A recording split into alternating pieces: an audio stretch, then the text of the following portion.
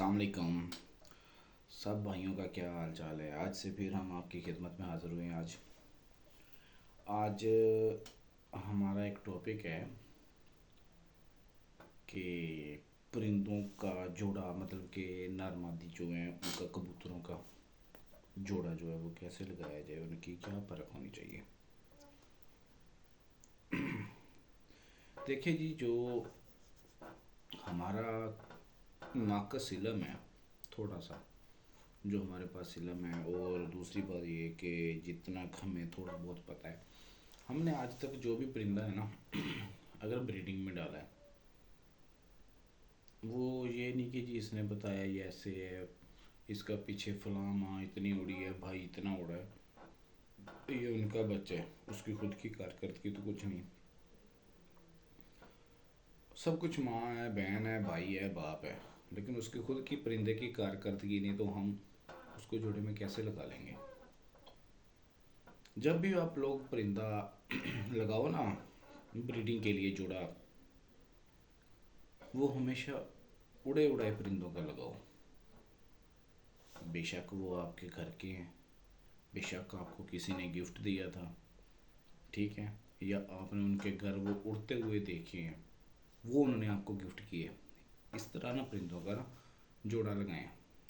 उससे ये होगा, नर की जो खूबी खामी होगी और मादा की जो खूबी खामी होगी, आप उन दोनों को मद्देनज़र रख के का जोड़ा लगाएंगे। सपोज करें नर है, वो बहुत ज़्यादा गहराई मारता है, ज़ीरो में चला जाता है, बंद होता है, 3-3 घंटे नज़र नहीं आता। मादा जो है वो बंद नहीं होती, ऊंचा उड़ती है, बंद नहीं होती, गायब नहीं होती। नर का वजूद लंबा है, मादा का वजूद छोटा है। इस तरह मतलब कि जो नर में खूबियां हैं ना, वो मादा में नहीं है। मादा में खूबियां नहीं है का मतलब ये नहीं कि नर ज़्यादा ऊंचा उड़ता है तो मादा नहीं उड़ती, ये नहीं मतलब ये है कि जी नर बहुत ऊंचा जाके उड़ता है, नज़र नहीं आता 3-3 घंटे। ये उस नर की खूबी है, उसके ब्लड लाइन में, उसकी नेचर में कि उसने जाके ऊपर उड़ना है।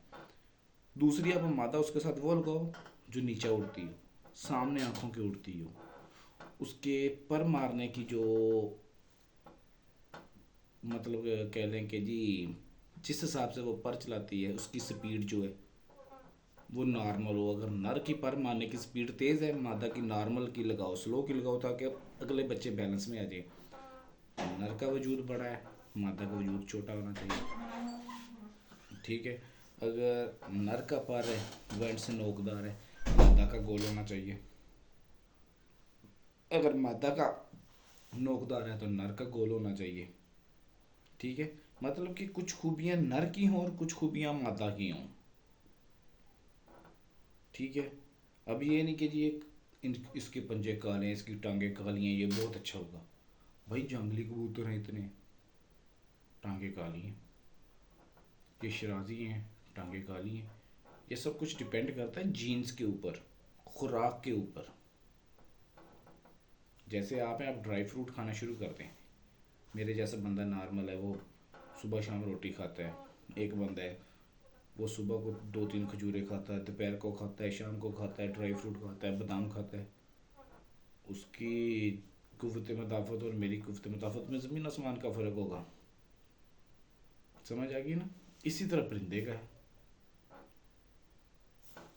कि जी उसने वो खुराक खाता है तो उसके वो पंजे नहीं, वो जीन्स में होता है और कुछ खुराक के ऊपर डिपेंड करता है।